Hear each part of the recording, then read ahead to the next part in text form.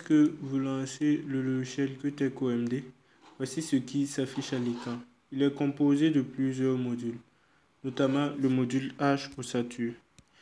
À partir d'un modèle 3D de bâtiment composé de dalles, poutres, poteaux, voiles et fondations, H analyse la stabilité globale de l'ouvrage et permet la production automatique de tous les plans de feuillage.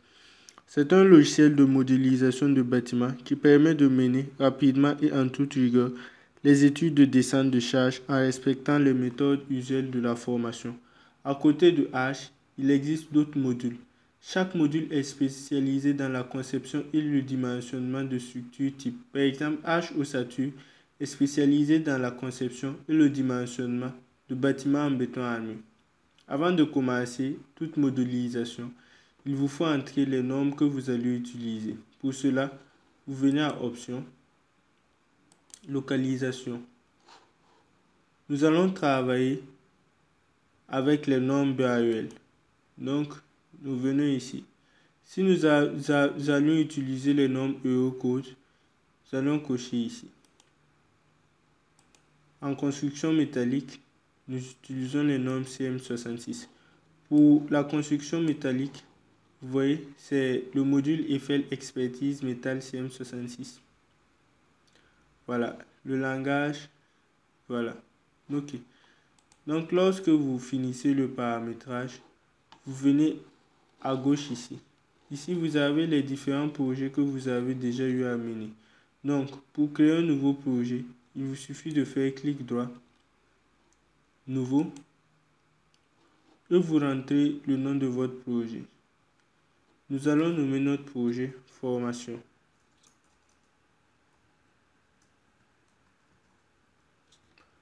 Voilà.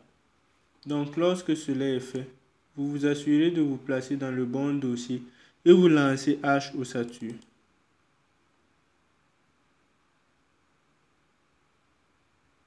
Voilà. Donc, une fois H ossature lancé, voici ce qui se présente à l'écran.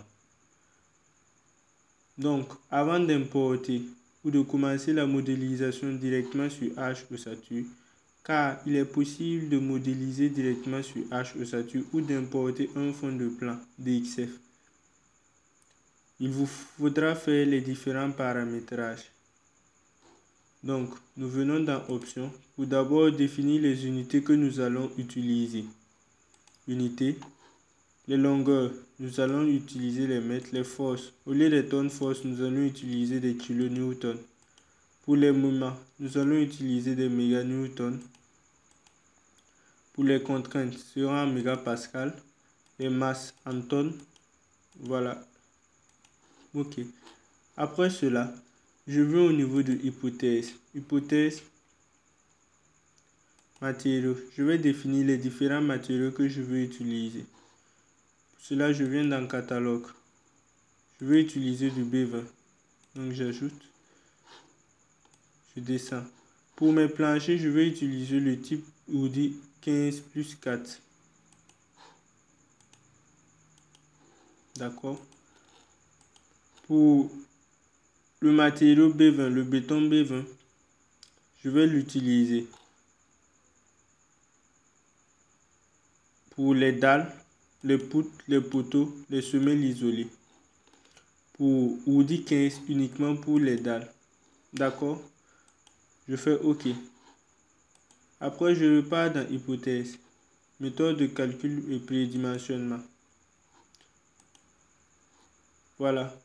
Pour mes poutres, je veux que le prédimensionnement soit rapide par bac, mais que le ferrage soit précis par les calculs. Donc, je coche ici rapide par bac et ici précis par calcul.